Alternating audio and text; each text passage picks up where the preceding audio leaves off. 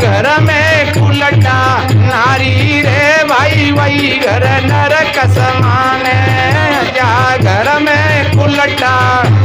त्रेता सतयुग द्वापर ये तो काल्पनिक है। ऐसा नहीं था कि सतयुग में भगवान भये। तो एक बात बताओ, सतयुग में तो जब चारों चरण धर्म के हते तो भगवान ही का जरूरत पड़ी।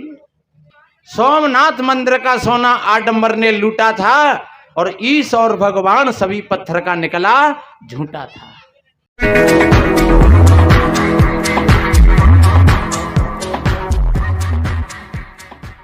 गुरु कृपा सो पाइए बुद्धि विमल विवेक तेने ताप शीघ्र ही मिटे श्री गुरु चरणने के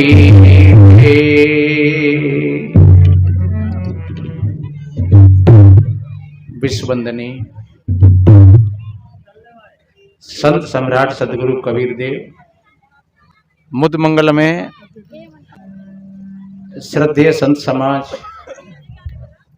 सभी धर्म प्रेमी सज्जन, एक छोटी सी बात कह करके थोड़ा सत्संग को आगे बढ़ाएंगे। बताते हैं कोई एक किसी पैसे वाले की लड़की थी, किसी सेठ की लड़की थी, और वो लड़की का स्वभाव लाड़ प्यार में बिगड़ गया था। और बच्चे का स्वभाव लाड़ प्यार में बिगड़ता है, ये ध्यान रखो। नहीं, प्यार करना चाहिए, ऐसा शास्त्र मत कहता है कि 5 साल तक बच्चियों से प्यार करो और 5 साल के बाद 15 और 18 साल तक बच्चियों को अपनी नजर में रखो। हमारी बच्ची कहाँ जाती है, पढ़ने के लिए जाती है, उसकी संग की सहेली हैं तो वो कैसे घर की बेटी हैं। हमारा बेटा पढ़ने के लिए जाता है तो जिसके मित्र कैसे हैं, वो कैसे घर हैं, कहीं वो ऐसे तो नहीं है कि हमारे बच्चा पर गलत प्रभाव पड़ जाए। ये आपकी जिम्मेदारी है। आपने ध्यान नहीं दिया अगर इन बातों पर, तो आपको फिर आगे चल करके पछताना पड़ेगा। फिर आप कहोगे कि देखो भगवान ने कैसा किया है, हमारी बेटी के स्वभाव को बिगाड़ दिया या हमारे बच्चे के स्वभाव को बिगाड़ दिया। तो बच्चों का जीवन खराब हुआ ही, और साथ साथ में तुम्हारा भी जीवन खराब हुआ। और तुम्हारा न फिर भजन में मन लगेगा, न सत्संग में मन लगेगा, न साधना में मन लगेगा। फिर चाहे भले ही तुम 9 लाख की कोठी में बैठे हो, लेकिन अगर बच्ची के स्वभाव में कोई गड़बड़ी आ गई तो तुम्हारा टेंशन बढ़ जाएगा और तुम्हें नींद नहीं आएगी। सत्संग बत्संग तो बाढ़ में गए। बच्चे का स्वभाव बिगड़ गया, गलत रास्ता पर चला गया, तो फिर तुमको नींद नहीं आएगी। और फिर तुम कहोगे तो कहोगे भी क्या करोगे फिर। इसलिए नीतिकारों ने ऐसा कहा है कि अपने बच्चाओं को 15-18 साल तक अपनी नजर में रखें, बढ़िया। और 15 साल 18 साल का जब बच्चा हो जाए तो उससे फिर भाई जैसा व्यवहार करें। भाई जैसा व्यवहार करना चाहिए। कोई बात भी हो जाए तो बड़ी सावधानी का विषय है, कभी हाथापाई नहीं करना चाहिए बराबर के बच्चा से। क्यों? अगर फिर गया तो तुमको पटक देगा और फिर तुम कहोगे कि हाँ ये बच्चा कबूत हो गया। नहीं, जब 18-20 साल का बच्चा है तो उससे फिर भाई जैसा व्यवहार करना चाहिए। कोई बात भी हो जाए तो भैया लाला कह करके समझाना चाहिए। और फिर भी अगर नहीं मानता है तो तुम्हारा काम पूरा हो गया, वो अपना करेगा जैसा भरेगा। तो मैंने बोला उस सेठ की बेटी का स्वभाव खराब हो गया। सो रही है तो सो रही है, खा लिया तो खा लिया, कभी बाजार में जा रही है तो चटनी पकौड़ी खा रही है, कभी ठेलों पर खड़ी खड़ी टिकिया मंगोरा चाट रही है। ऐसा स्वभाव खराब होने से और उसके माता पिता बहुत परेशान थे कि आज तो हम झेल रहे हैं और कल ये किसी के घर जाएगी तो फिर क्या होगा। और हुआ ऐसा ही, जब उसकी शादी हो गई तो जाकर के और वही द्वंद्वबाजी शुरू हुआ।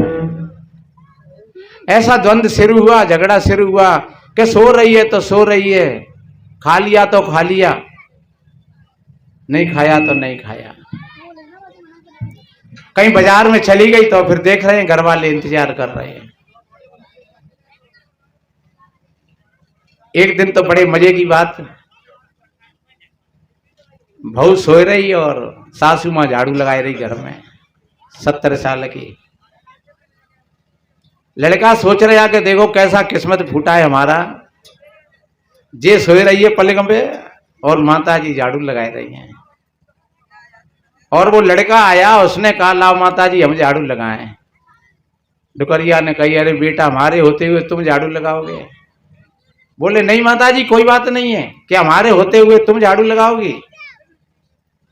तो दोनों ने झाड़ू पकड़ लिया। बेटा कहता है कि मैं झाड़ू लगाऊंगा और माँ कहती है कि मैं लगाऊंगी। और सोच तो वे जे रहे कि श्रीमती जी आ जाए जग के, तो जे ही कहते कि लाओ तुम दो छोड़ दो हम लगाई देंगे।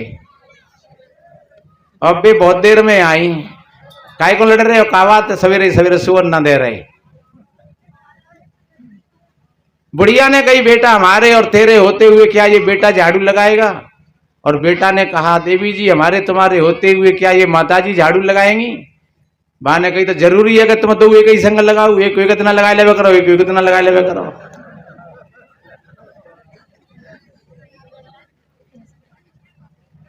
सज्जनों वास्तव में ही गृहिणी का नाम ही घर है। वेद व्यास जी ने एक जगह कहा है कि अगर घर में गृहिणी सुंदर है तो वो एक छोटी सी झोंपड़ी को भी भव्य भवन बना देती है, और अगर गृहिणी के सुंदर विचार नहीं है तो वो बड़ी से बड़ी कोठी को भी शमशान बना देती है। कल हमने कहा था कि स्वर्ग और नरक कहीं ऊपर और नीचे नहीं है। अगर हमारे विचार खराब हैं, अभी हमारे महाराज जी 12 चारों युगों की बात बताए रहे हैं।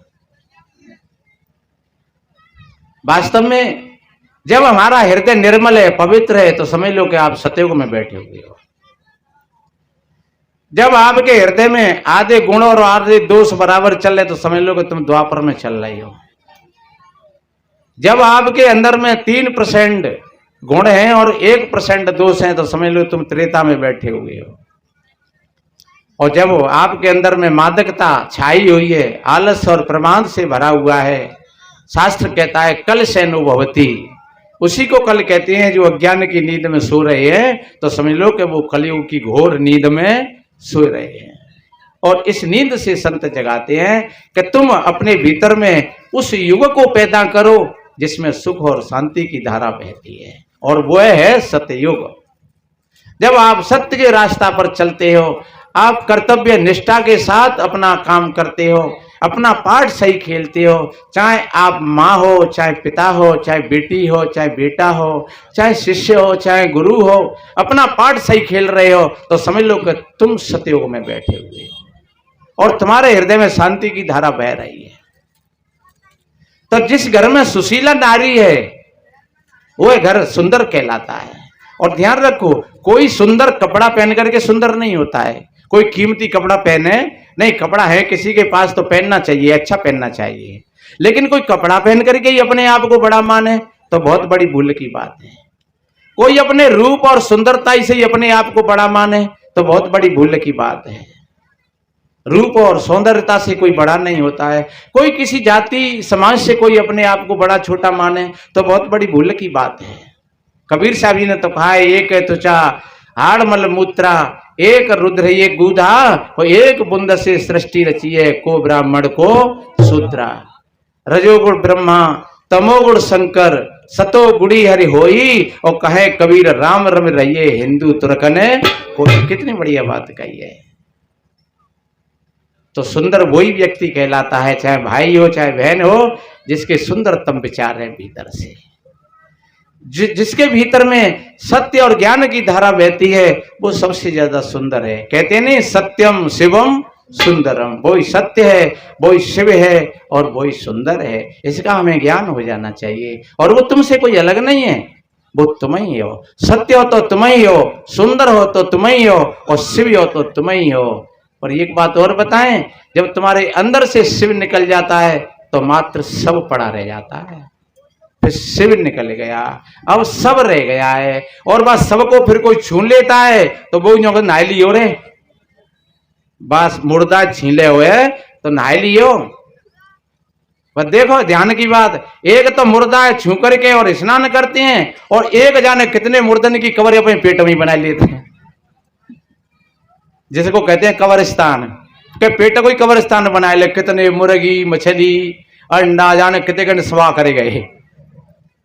तो बेऊ मुर्दा है, एक मरे मुए अन्न नहीं खावे और एक मरे मुए तपे रसोई।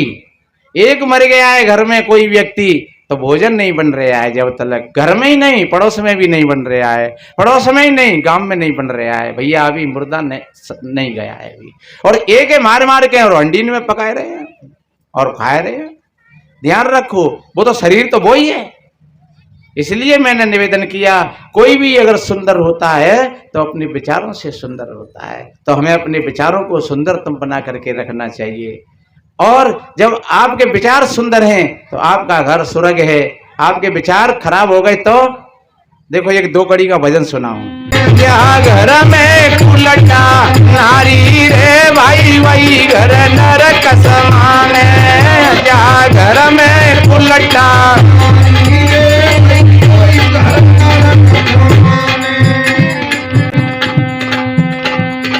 नहाए न धोवे सोवे खावे, निस दिन घर में रारी मचावे। अरे जी तो बक जेठ सो कारी रे भाई, वही घर नरक समान है। जिया बक जेठ सो कारी रे भाई, यहाँ घर में उलटा नारी रे भाई, वही घर नरक समान है। यहाँ घर में उलटा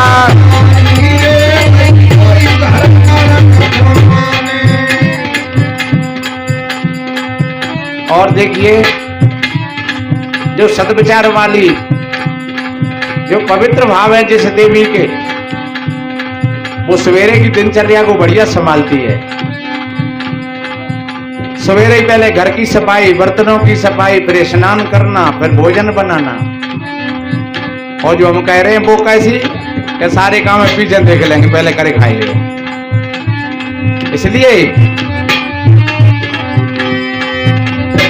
सासू जिठानी निसो नित लड़ती, कबू पड़ोस से जाए भिड़ती। अरे कंधा पे केस पारी रे भाई, वही घर नरक समान है। कंधा पे केस भारी, अरे जा घर में उलटा नारी रे भाई, वही घर नरक समान है। जा घर में उलटा नारी रे भाई, वही घर नरक समान है। आवतई घुर्राई परे, श्वास लेती जैसे नागिनी जानो। बेस्वर थलरी कनिको पीटे, सासु ननद में ठोकती फानो। दंत कराल मिसाल से नैना, बिखरे के सकना तक जानो। कहे कबीर ऐसी नार से बचाइयो, नार नहीं रह जाए ना हर जानो। कहे कबीर ऐसी नार से बचाइयो,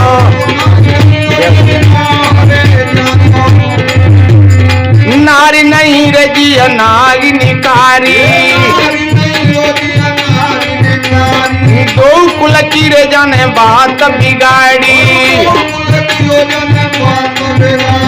अरे जाने अमृत दियो बिसारी रे भाई, वही घर नरक समान है। अमृत दियो बिसारी रे भाई, वही घर नरक समान है। या घर में उलटा नारी रे भाई, वही घर नरक समान है। कितना बढ़िया। आवत ही घुर्राए परे और श्वास लेते जैसे नागिन जानो। ने एक बच्चा ने कछु कह दी, परिवार के लोगों ने कछु कह दी और एकदम आग बबूला हो गई। अरे ऐसा काहे नहीं, वास्तव में पृथ्वी से भारी क्या चीज है? पृथ्वी से भारी अगर बताया है तो मां को बताया है। जैसे पृथ्वी कूट काट सारी बातों को सहन करती है, ऐसे ही मातृ शक्ति के लिए गुण धर्मों की बात कही है। तो बताती हैं उस लड़की ने अपने घर को नरक बना दिया। बताते हमारे गुरु महाराज बताए करते थे कि एक ऐसा ही परिवार था और आदमी सत्संगी है, तो जब कहीं सत्संग में जाए और भाई पता लग जाए तो पहले से ही महाभारत रोप देती है। एक दिन हुआ ऐसा कि किसी मित्र ने आकर के कही भैया चलो गांव लौरी में सत्संग हो रहा है, और भाई पता लग गो।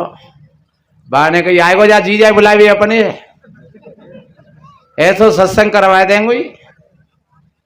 बा ने कही पनवेश्वरी तू घर चाहे घर भीतर कछु कह ले करे, पर ने चार आदमी में तो कछु मत कह करे है नहीं कह करे, ते सत्संग में तो आग नहीं लगेगी तो ना भाई घर को कोई उद्धार ही नहीं होगा। बात ही बातों में थोड़ी सी बात बढ़ गई, तमाम गाली गिल्ला कर दिया। बा ने एक धक्का दे दो तो एकदम चली गई गाली देती भाई। और घर के पीछे कुआ तो वह कुआ के घाट पे 5-7 ईंट धरियाई इकट्ठी तरह ऊपर, और फिर आई के ले बढ़िया आज तू है कहते हो सत्संग आए कि मैं हूं, आज वार पार की है कर रहेगी। दीवा ने एक धक्का और दे दो भाई, चली गई दौड़ी दौड़ी, सो ईंटन में दई लात सो दिमाग कुआ में गिरी ईंट, और अब बाजरे खेतम बैठ गई। और गांव में हल्ला आयो कि मर गई मर गई मर गई भैया मर गई। गांव के लोग रस्सी और वो ले ले करके बिलैया आए और रस्सी बांध बांध करके घुसने के लिए तैयार भये। बाकी डोकरा ने कही कि अब तू जेल काट के मरेगो, और कोई बामें जूता मारे कोई बामें डंडा मारे। बाकी चाचा ताऊ बा ने कही दादा जेल में जाऊंगा तो चलो जाऊंगा, पर रोज के जो 50 ग्राम खूने पियती ताते तो बचेगो मैं।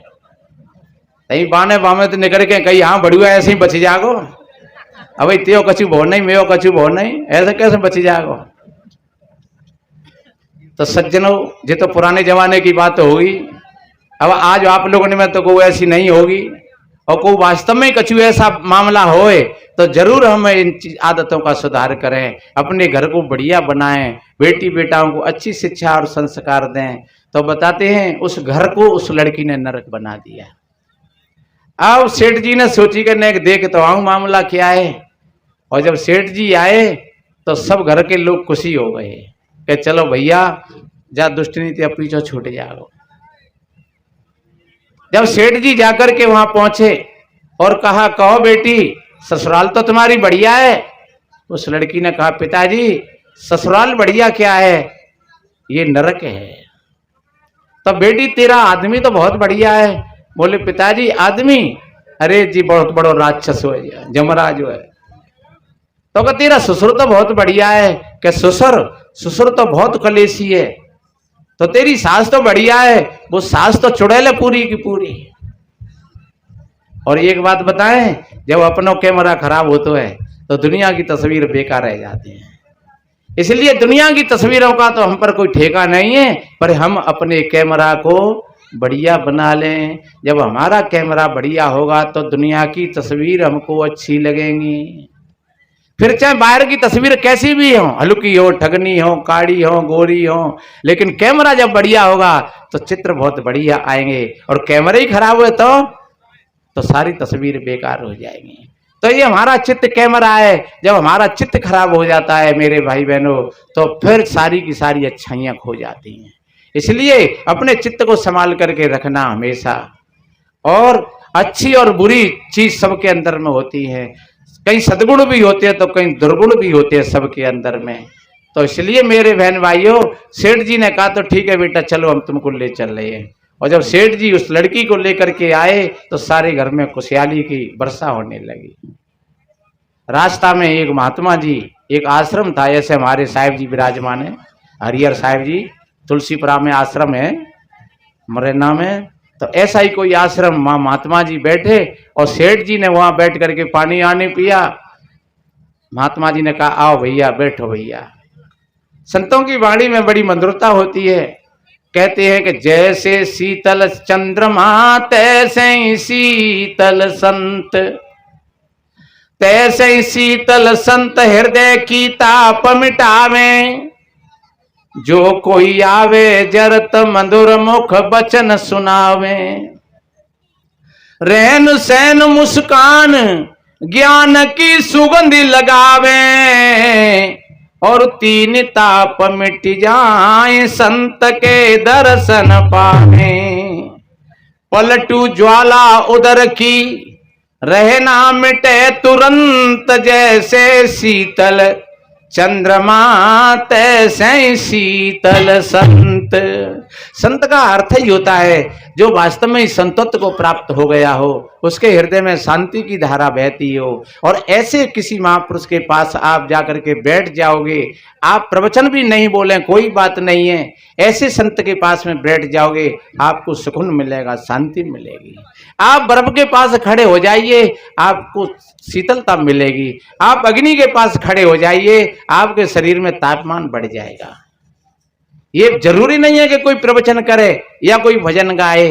वास्तव में जिसके हृदय में शांति है, कभी कभी कोई ऐसा व्यक्ति मिल जाता है तो आप लोगों को भी ऐसा लगता होगा, अरे भैया बैठ लो, और अरे और बैठ लो, चले जाइए, तो का कमाई डरिए। तो कितना अच्छा लग रहा है उस व्यक्ति के साथ में आपको। और एक व्यक्ति ऐसा मिला है कि तुम बात पीछे छुड़ाए फिर रहे हो, भैया ठीक है लाओ, ने हम बिजी है, जानो मोए और ने काम लाओ, फिर मिलेंगे। तो एक व्यक्ति से तुम पीछा छुड़ा रहे हो और एक व्यक्ति को तुम और रोक रहे हो, भैया बैठो ने। तो रोक क्यों रहे हो? क्योंकि उसके पास में कुछ न कुछ है और तुमको ऐसा एहसास हो रहा है, तुमको सुकून मिल रहा है, शांति मिल रही है। तो किसी संत महात्मा के पास में जाकर के ऐसा ही होता है। संत जी ने कहा कहो बेटा बात क्या है? बोले गुरुदेव हमारे घर के हमको बहुत परेशान करते हैं, हमारी सासू माँ बहुत बेकार है, हमारे पति देव बहुत बेकार हैं, हमारा ससुर तो जमराज है और हमारे ननंद क्या है वो तो जो समझ लो भूतड़िया है। संत जी ने कहा बेटा क्या हम बताएंगे तुम उस काम को कर लोगी? बोले हाँ गुरु महाराज कर लेंगे। अच्छा दवा के साथ में परहेज भी होता है कुछ? क्योंकि कोई आदमी दवाई खाते रहे और परहेज नहीं करे तो शायद दवाई और बीमार कर देगी। और एक बार के लिए अगर परहेज दवाई ना हो और अगर संयम को साध लिया तो परहेज से भी बीमारी ठीक हो जाती है। महात्मा जी ने कहा बेटा एक तो दवाई दे रहे हैं हम और एक परहेज बता रहे हैं। तो दवाई क्या है कि हम जो तुमको मंत्र बता रहे हैं उस मंत्र को ध्यान में रखना। और वो मंत्र कौन सा है कि सद्गुरु दाता बंदी छोड़ दया करो दुख मेटो मोर। सद्गुरु दाता बंदी छोड़ दया करो दुख मेटो मोर। सद्गुरु दाता बंदी छोर दया करो दुख मेटो मोर। सद्गुरु दाता बंदी छोर दया करो दुख मेटो मोर। सद्गुरु दाता बंदी छोर दया करो दुख मेटो मोर। सद्गुरु दाता बंदी छोर दया करो दुख मेटो मोर। आपका चित्त कहीं अटका हुआ हो तो आप थोड़ा ध्यान करना, तो आपका चित्त उस जगह से हट जाएगा और आपका चित्त सदगुरु के चरणों में आ जाएगा। गुरु के सुमिरण मात्र से नासत विघ्न अनंत याते सर्वारंभ में ध्यावत है सब संत। एक भैया कोई पूछ रहे हमसे क्या महाराज मात्र गुरु का नाम लेने से क्या व्यक्ति दुखों से मुक्त हो सकता है? कि गुरु का नाम लेने का मतलब ये नहीं है कि केवल गुरु गुरु कहो या कबीर कबीर कहो और काम वैसे ही करते रहो। गुरु का नाम लेने का अर्थ है कि वास्तव में ही गुरु हमारे चित्त में बस जाए और उसकी स्मृति बनी रहे हमारे अंदर में। तो जब सदगुरु के ज्ञान की स्मृति आपके अंदर में है तो आप दुखों से बच जाएंगे। ये हमारे जीवन का अनुभव है, हम कोई लिखी पड़ी बात नहीं कह रहे हैं। बड़ी से बड़ा तूफान लगा के आ रहा है, बहुत बड़ा तूफान आ रहा है, शायद ये नहीं छोड़ेगा, और लेकिन देखते ही और छिन्न भिन्न हो गया, पता ही नहीं लगा कि कहां गया वो तूफान। वो सदगुरु के ज्ञान में शक्ति है। महात्मा जी ने कहा बेटा एक तो ये मंत्र है, और दूसरे नंबर पर आप सवेरे 4 बजे जगना, और ध्यान रखो 4 और 5 के बीच में सभी भाई बहनों को खाट छोड़ देनी चाहिए। ये नियम है सृष्टि का, ये नियम है, क्योंकि 4 बजे से 3:30 बजे से सतयुग लग जाता है पूरा का पूरा। सवेरे ही सवेरे अगर कोई गाली देता है तो लोग कहते हैं अरे यार सवेरे ही सवेरे कैसी बात करते हो तुम। सवेरे ही सवेरे अगर कोई गंदा खाना पीना खाता है तो लोग कहते हैं अरे यार तुम ऐसा क्यों करते हो। सवेरे ही सवेरे अगर कोई गलत काम करता है तो फिर लोग कहते हैं अरे यार थोड़ा डट के कर ले। तो ध्यान रखो, जो सुबह का समय है वो सतयुग है, दोपहर का समय वो द्वापर है, शाम की संध्या है वो त्रेता है, और 8 बजे से फिर 2:30 बजे तक घोर कलयुग लग जाता है। फिर लूट डकैती भ्रष्टाचार व्यभिचार जो कुछ होगा फिर वो उसी समय में अधिक होगा। इसलिए मेरे बहन भाइयों 24 घंटा के ये चारों के चारों युग हो गए, और चारों युग की बातें सतगुरु कबीर साहब जी ने बताई कि सवेरे हमें क्या करना चाहिए, और दोपहर में क्या करना चाहिए, और फिर संध्या में क्या करना चाहिए, और शाम को क्या करना चाहिए। और आपके अगर चित्त में परिवर्तन हो गया तो आप पूरे जीवन को और सतयुग में ही बना सकते हो। इसलिए त्रेता सतयुग द्वापर ये तो काल्पनिक है, ऐसा नहीं था कि सतयुग में भगवान भये। तो एक बात बताओ, सतयुग में तो जब चारों चरण धर्म के हते तो भगवान ही का जरूरत पड़ी। वहां तो ये कहिए कि जब जब हो धर्म की हानि और भाड़े असुर यधमय अभिमानी, तब तब धरि प्रभु मनुज शरीरा, हरे दुख भव भंजन वीरा। और ये गीता में भी ऐसा कहा है, यदा यदा धर्मस्य ग्लानिर्भवति भवत भारत।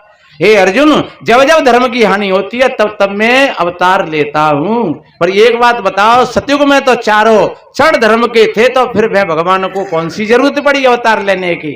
और त्रेता में 3 चढ़ थे तो फिर कौन सी जरूरत पड़ी, और द्वापर में 2 चढ़ थे तो ज्यादा जरूरत नहीं आती, और कलयुग में तो चारों चढ़ धर्म के गए और कोई भगवान नहीं आए कहीं से। सोमनाथ मंदिर में वहां के राजा ने कहा महाराज, गंग सर्वज्ञ वहां के महंत थे, उनसे कहा महाराज अब नहीं रुक रहा है ये और भागो यहां से। तो कितना विश्वास था। कहीं कहीं लोग कहते हैं कि भैया विश्वास में भगवान पैदा होते हैं, तो गंग सर्वज्ञ को कितना विश्वास था कि जब प्रहलाद के लिए भगवान खम्भ फोड़ करके आ सकते हैं तो मैं तो शिवलिंगी की जेट भर के बैठा हुआ हूं। लेकिन ये विश्वास धोखा हो गया। जब मले छाया वो महबूद गजनवी, उसने एक ही प्रहार में शिवलिंगी के 2 टूक कर दिए और गंग सर्वज्ञ की हत्या हो गई, और वहां कोई भगवान प्रकट नहीं हुआ। कितना बढ़िया कहा है किसी कवि ने कि सोमनाथ मंदिर का सोना, सोमनाथ मंदिर का सोना आडंबर ने लूटा था, और ईश और भगवान सभी पत्थर का निकला झूठा था। इसलिए मेरे बहन भाइयों वास्तव में अगर देखा जाए सतयुग त्रेता द्वापर और कलयुग ये चारों के चारों 24 घंटा में ही परिवर्तित हो जाते हैं, हमारे जीवन में ही ये घट जाते हैं, तो हमें समझ लेना चाहिए। महात्मा जी ने कहा बेटा सवेरे 4 बजे जगो, 4 बजे जग करके थोड़ा ध्यान करो, साधना करो। और एक बात बताएं, 4 बजे जग करके आप सबके लिए है, 4 बजे जग करके आप 1 गिलास 2 गिलास पानी पियो बिना कुल्ला किए। देखिए आपके स्वास्थ्य को कितना लाभ मिलेगा। आप अपनी आंखों में 20, 25, 30 बार छींटा मारो पानी के, मुंह में पानी भर के, देखिए आपको किसी ड्रॉप की भी जरूरत नहीं पड़ेगी, और आप 10-5 मिनट में ही आपका पेट सफा होगा बढ़िया। और जब पेट सफा तो रोग दफा, जब पेट ठीक हो गया तो आप स्वस्थ हो, बढ़िया हो, अच्छे हो।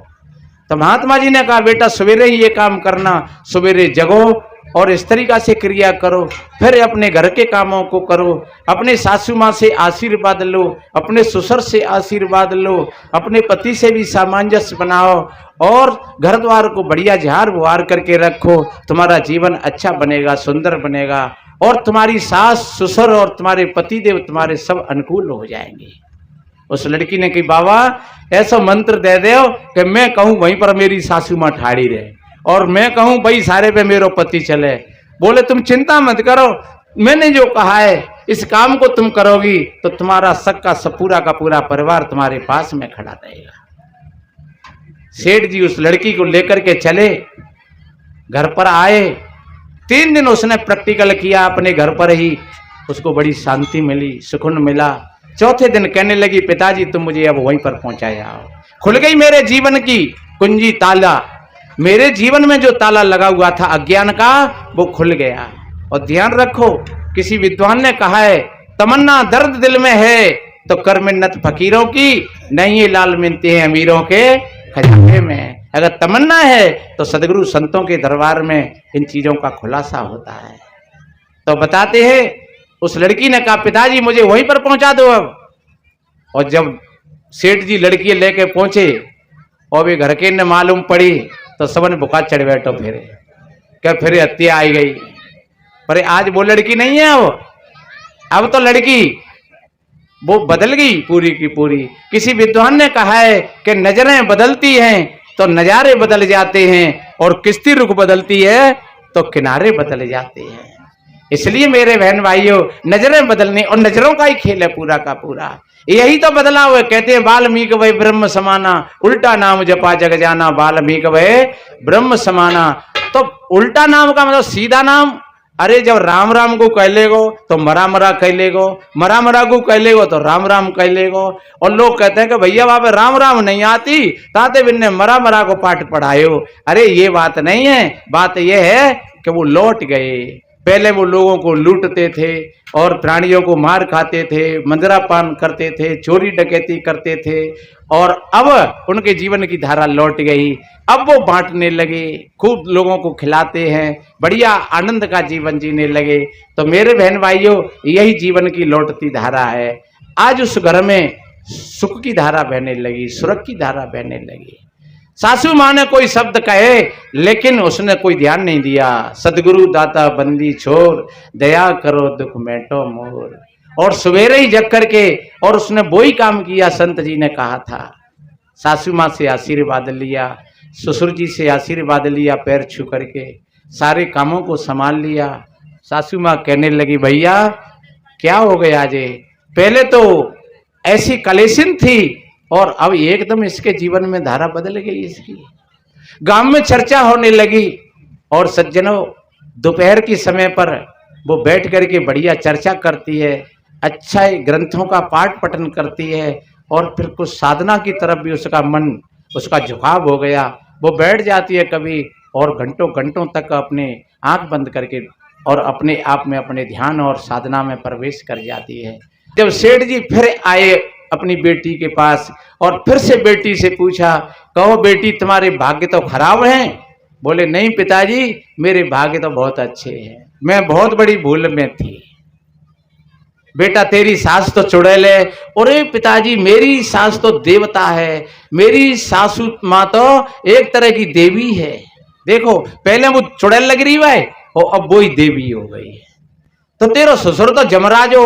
बोले नहीं मेरा ससुर धर्मराज है। देखो पहले वो ही जमराज लग रहा है और अब वो ही धर्मराज लग रहा है। तो तेरो आदमी तो बहुत बेकार हो। अरे मेरो आदमी तो देवता है साक्षात और मेरी ननद तो खिलौना है मेरे घर का। पिताजी मैं बहुत बड़ी भूल में थी। धन्य है उस महापुरुष के लिए, जिस संत के लिए कि जिसके पास हम और आप गए थे, उसने मेरी भीतर की आंखों को खोल दिया और मुझे जगा दिया भीतर से। और मेरे बहन भाइयों जब आपके भीतर में सुंदरताई का उद्भव होगा तो प्रिय पूरा का पूरा संसार आपको सुंदर लगेगा, हर एक चीज तुमको अच्छी लगेगी। फिर हर एक चीज तुमको साधन के रूप में मिली है, फिर वो तुम्हारे लिए दुख का कारण नहीं बनेगी। चाहे परिवार हो, चाहे पैसा हो, चाहे कोई पद हो, चाहे कोई समाज हो, वो सब का सब फिर तुम्हारा सहयोगी बनेगा, सब तुम्हारी सहायता करेंगे क्योंकि अब तुम भी तो आ गए उसी लेन में। तो इसलिए मेरे बहन भाइयों अपने सारी बैर बुराइयों का परित्याग करके, जैसे उस लड़की ने अपने घर को बढ़िया बना लिया, जैसे दीपावली पर हम अपने घर को सजाएंगे, ऐसे ही हम अपने आप को भीतर से सजो है सुंदर बनाएं। बस मैंने इधर उधर की बात ज़्यादा न करते हुए सिर्फ एक ही लक्ष्य को लेकर के कि हमारी जो बहन बेटियां हैं और भाई लोग भी अपने जीवन में परिवर्तन करें, जीवन को अच्छा बनाएं। संतों का यही भाव होता है, सर्वे भवन्तु सुखिनः सर्वे सन्तु निरामया सर्वे भद्राणि पश्यन्तु मा कश्चित् दुख भाग भवेत्। सभी के जीवन में आनंद हो, सभी का मंगल हो। इन्हीं शुभ मंगल कामनाओं के साथ बोलिए सदगुरु कबीर साहिब की जय। साहिब। प्रसाद